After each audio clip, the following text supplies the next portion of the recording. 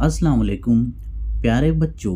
मैं Junaid sir my learning में आपका खैर मकदम करता हूँ। तो चलिए आज हम पढ़ते हैं जमात 8वीं का तारीख़ और शहरियत का चौथा सबक, जिसका नाम है 1857 की जंग आज़ादी। 1857 की जंग आज़ादी ने अंग्रेज़ी हुकूमत को हिलाकर रख दिया था।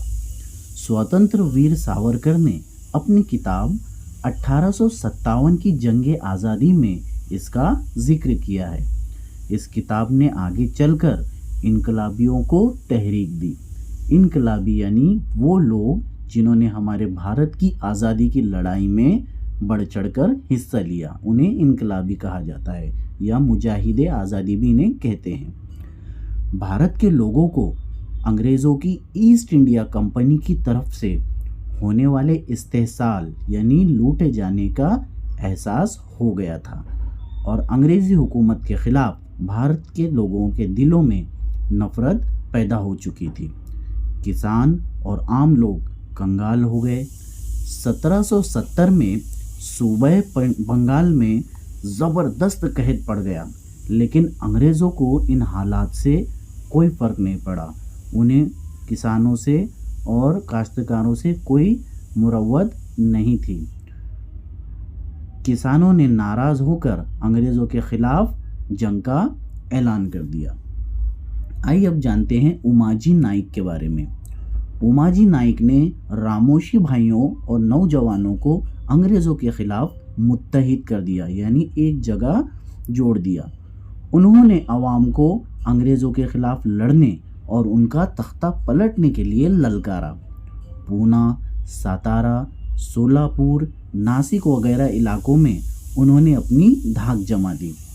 सन 1832 में ईस्ट इंडिया कंपनी की हुकूमत ने उमाजी नाइक को गिरफ्तार किया और पूना शहर में उन्हें फांसी दे दी। जंगलाती दौलत पर गुजर बसर करने वाले यानी अपनी ज़िंदगी बिताने वाले आदिवासी और जंगली कबाइल ने भी अंग्रेज़ों के ख़िलाफ़ जंग कर दी। छोटा नागपुर के कोलाम, उड़ीसा के गोंड और बिहार में संथालियों ने अंग्रेज़ों के ख़िलाफ़ जंगें की। महाराष्ट्र में भी भेल, कोली और रामोशियों ने अंग्रेज़ों के ख़िलाफ़ जंग की। 1857 से कब्ल यानी पहले मुल्क के मुख्तलिफ हिस्सों में ज़मींदारों और राजे महाराजाओं ने भी जंगें बर्पा की, यानी अंग्रेज़ों के ख़िलाफ़ जंगें शुरू कर दी थी।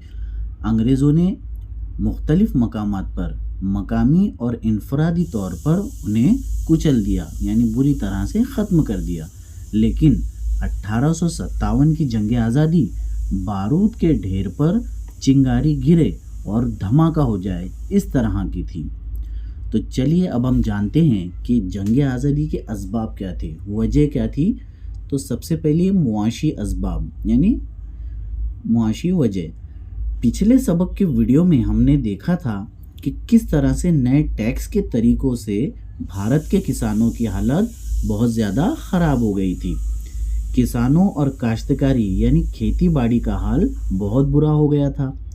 अंग्रेज़ इंग्लिस्तान का माल भारत के बाज़ार में लाकर बेचते और बहुत ज़्यादा नफ़ा हासिल करते और भारतीय सनतों पर हद से ज़्यादा टैक्स आयद कर दिया, जिसकी वजह से भारतीय सनतें कमज़ोर हो गई और भारत के लोगों में अंग्रेज़ी हुकूमत के ख़िलाफ़ नफ़रत पैदा हो गई।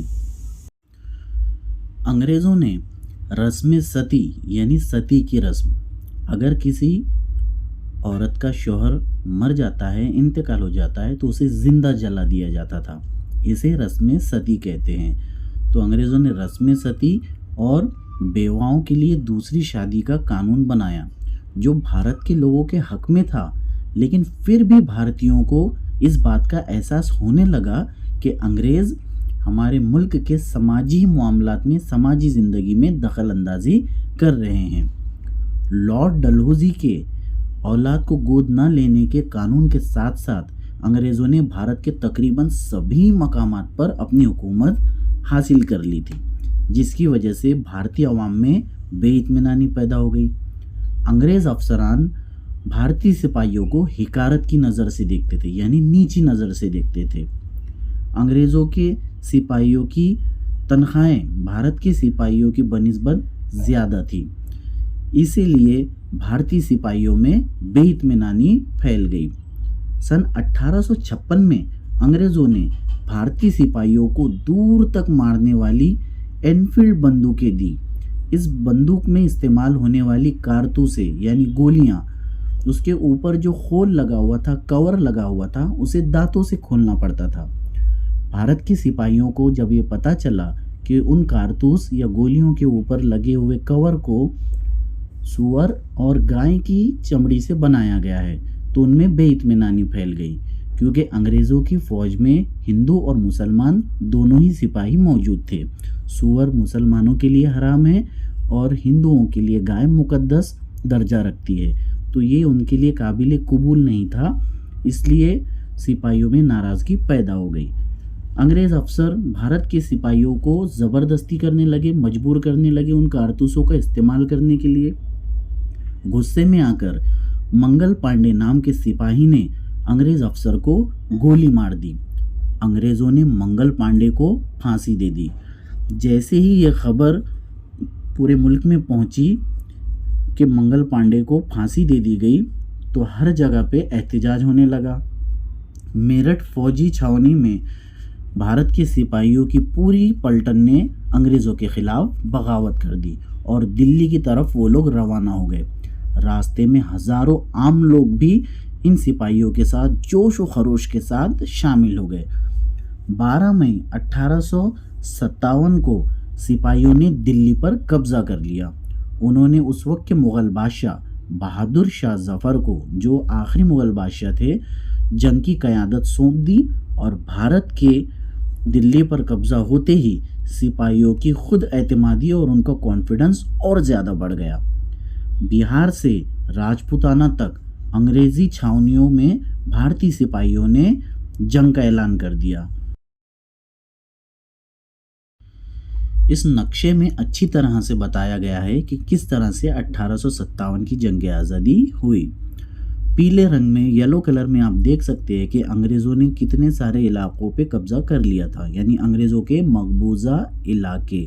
और पिंक कलर के डॉट्स जो आपको दिखाई दे रहे हैं, निशानात, वो जंग के अहम मकामात हैं, यानी जो शहर है पिंक कलर में, वहाँ पर जंग हुई है। हमारे भारत के सिपाहियों ने 1857 की जंग आज़ादी अंग्रेज़ों के ख़िलाफ़ की है। तो आप किताब में इस नक्शे को अच्छी तरह से समझ सकते हैं।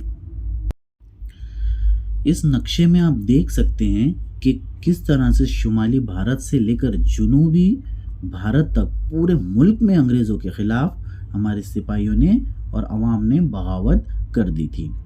जंग की क़यादत, मुग़लिया सल्तनत कमज़ोर हो चुकी थी, लेकिन फिर भी बहादुर शाह ज़फ़र की क़यादत में नाना साहब पेशवा, झांसी की रानी लक्ष्मीबाई, तात्या टोपे ने 1857 की जंग आज़ादी की बागडोर संभाल ली।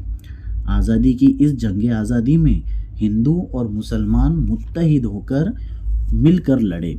मौलवी अहमदुल्ला, कंवर सिंह, बख्त खान, बेगम हज़रत महल ने मुख्तलिफ मकामात पर जंगों की क़यादत की। अंग्रेज़ों की फ़ौज की तादाद बहुत ज़्यादा थी और हथियारों से लेस थी, यानी अंग्रेज़ी फ़ौज के पास हथियार बहुत ज़्यादा तादाद में थे।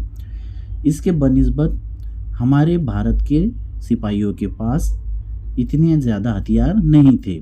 फ़ौज की तैयारी भी, ट्रेनिंग भी अच्छी नहीं थी, लेकिन अंग्रेज़ जो सिपाही थे वो तरबियत याफ्ता, यानी अच्छी ट्रेनिंग लिए हुए थे। इसलिए भारत के कब्ज़ा किए हुए इलाकों को दोबारा हासिल करने की कोशिश की अंग्रेज़ों ने और 6 महीने के अंदर ही इस जंग के ख़ात्मे की कोशिश की गई। रानी लक्ष्मीबाई, कंवर सिंह और मौलवी अहमदुल्ला मारे गए। बहादुर शाह ज़फ़र को अंग्रेज़ों ने कैद कर दिया, रंगून की जेल में भेज दिया। तात्या टोपे 10 महीने तक अंग्रेज़ों से लड़ते रहे, लेकिन गद्दारों की गद्दारी की वजह से वो गिरफ्तार हो गए और अंग्रेज़ों ने उन्हें फांसी पर चढ़ा दिया। उसी तरह 1858 के आखिर तक अंग्रेज़ों ने इस तहरीक को बड़ी सख्ती के साथ कुचल डाला, यानी जंग को ख़त्म कर दिया। जंग आज़ादी की शुरुआत भले ही फ़ौजियों ने की, लेकिन किसान, कारीगर, आम लोग भी इस जंग आज़ादी में इन लोगों ने बढ़ चढ़कर हिस्सा लिया। इनके अलावा जंगलाती कबाइल और आदिवासी लोगों ने भी अपनी जान को निछावर करने का जज्बा दिखाया। इस जंग आज़ादी में मुल्क के अलग अलग ज़ात मज़हब के लोग, चाहे हिंदू हो या मुसलमान हो, सिख हो या ईसाई हो, सब ने मिलकर अंग्रेज़ों के ख़िलाफ़ लड़ाई की और अंग्रेज़ों को भारत से सफाया करने का अज़्म ले लिया। आइए अब देखते हैं कि ये जंग नाकाम क्यों हुई, इसकी वजूहात क्या थी, इसके असबाब क्या थे। सबसे पहली वजह तो ये थी कि पूरे भारत में एक साथ जंग नहीं हुई, सिर्फ शुमाली भारत में ही जंग की शिद्दत ज़्यादा थी। इसके अलावा दूसरा पॉइंट ये है कि पूरे मुल्क में जंग के लिए मरकज़ी कायद नहीं था, यानी पूरे मुल्क की क़यादत करने वाला कोई एक लीडर नहीं था। नंबर 3, कुछ राजा महाराजा अंग्रेज़ों के वफ़ादार थे, इसलिए उनकी गद्दारी की वजह से हमारी मुल्क की ये जंग आज़ादी कमज़ोर हो गई। उसके बाद नंबर 4, हमारे मुल्क के फ़ौजी बहादुर तो थे, लेकिन उनके पास अच्छी ट्रेनिंग और ज़्यादा हथियार नहीं थे। इसके अलावा अंग्रेज़ी फ़ौज अच्छी तरबियत याफ्ता, अच्छी ट्रेनिंग वाले और तजुर्बेकार थे और उनके पास हथियार भी ज़्यादा तादाद में मौजूद थे। नंबर 5, दुनिया के दूसरे मुल्कों से अंग्रेज़ लोग तिजारत कर रहे थे, सिर्फ भारत से नहीं बल्कि दूसरे मुल्कों से भी वो तिजारत कर रहे थे, बिज़नेस कर रहे थे, इसलिए उनकी जो इनकम थी, उनका आमदनी का ज़रिया मजबूत था। इसके अलावा अंग्रेज़ों के पास एक ताकतवर बहरी बेड़ा यानी नेवी फोर्स उनके पास उस वक्त बहुत मजबूत थी। आइए अब देखते हैं कि इस जंग के असरात क्या हुए। इंग्लैंड की मलिका विक्टोरिया यानी विक्टोरिया रानी, जिसके नाम से वीटी स्टेशन था हमारे मुंबई का, उसे अभी CST कहा जाता है। तो इंग्लैंड की मलिका विक्टोरिया को ये एहसास हो गया कि ईस्ट इंडिया कंपनी के हाथों में अंग्रेज़ों की हुकूमत महफूज नहीं रह सकती, इसलिए मलिका ने कंपनी का खात्मा कर दिया और हुकूमत अपने हाथों में ले ली। भारत के अवाम को उसने ये यकीन दिलाया कि किसी भी भारतीयों के साथ, कोई भी भारतीयों के साथ मज़हब और ज़ात की बुनियाद पर फ़र्क नहीं किया जाएगा। फ़ौज में या अंग्रेज़ी हुकूमत के किसी भी ओहदे को हासिल करने के लिए अहलियती एग्ज़ाम, उनके काबिलियत के बेस पर, उनके टैलेंट के बेस पर उन्हें नौकरियां दी जाएगी। इसके अलावा सबसे अहम ये कि भारत के लोगों के मजहबी और समाजी मामलात में अब अंग्रेज़ी हुकूमत दखल अंदाज़ी नहीं करेगी। अंग्रेज़ों की ये चाल थी कि भारत के लोगों को खुश किया जाए, उन्हें यह एहसास दिलाया जाए कि हम उनके ख़िलाफ़ नहीं हैं। भारतीय फ़ौज की तंजीम नौ, यानी भारत में जो अंग्रेज़ों की फ़ौज थी, अंग्रेज़ों ने उसमें सुधार किए। कैसे? फ़ौज में अंग्रेज़ी फ़ौजियों की तादाद बढ़ा दी गई, अहम मकामात पर अंग्रेज़ अफसरान रखे गए, तोपखाना, जहाँ जो सबसे ताकत मानी जाती है बड़ी फ़ौज की, तोपखाना मुकम्मल तौर पर अंग्रेज़ अफसरों के कब्ज़े में दे दिए गए। क्यों? क्योंकि दोबारा भारत के सिपाही अंग्रेज़ों के ख़िलाफ़ मुत्तहिद ना हो सके और अंग्रेज़ों के ख़िलाफ़ जंग ना करे।